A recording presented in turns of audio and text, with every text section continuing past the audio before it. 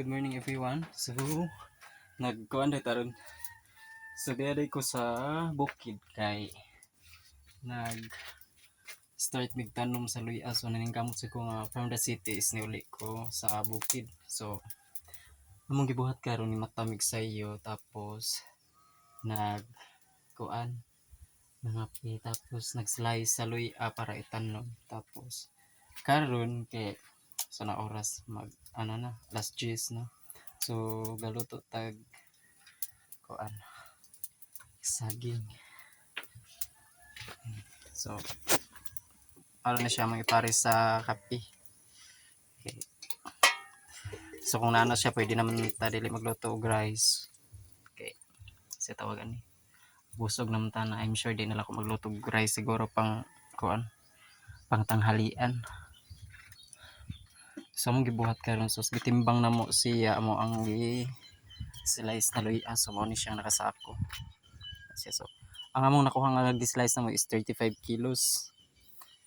So, ang among anang gibuhat is gislice na mo siya tapos gitimbang. So, kay nganong gitimbang na mo siya?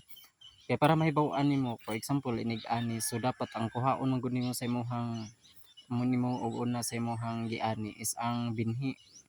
Ano siya.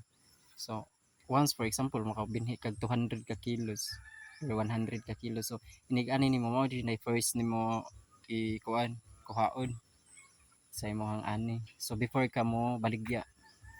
Tapos so mao ni karon ga sugod ang usa og tanom hindi pa naka-slice dire. So kani siya. So, pero kani siya ang gitanom is dili ni siya katong para pang baligya. Gilahi ni siya og tanom para sa pangbinhi. Kato na ni siya mga tungol.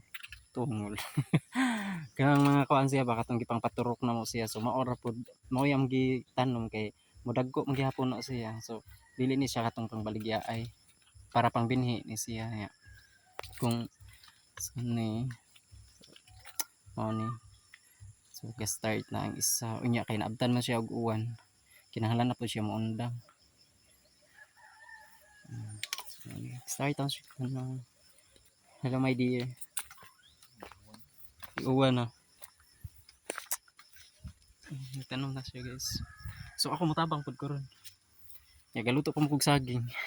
Kay kibaw man ta kanang nata sa trabaho gutom ba ya. So dili man pwede nga gigata sa trabaho niya mo pay pagluto na to. So kinahanglan ato na lang andamon daan para at least that time nga magutom na. So pwede ta mo undang. So ano kan okay. Bye bye.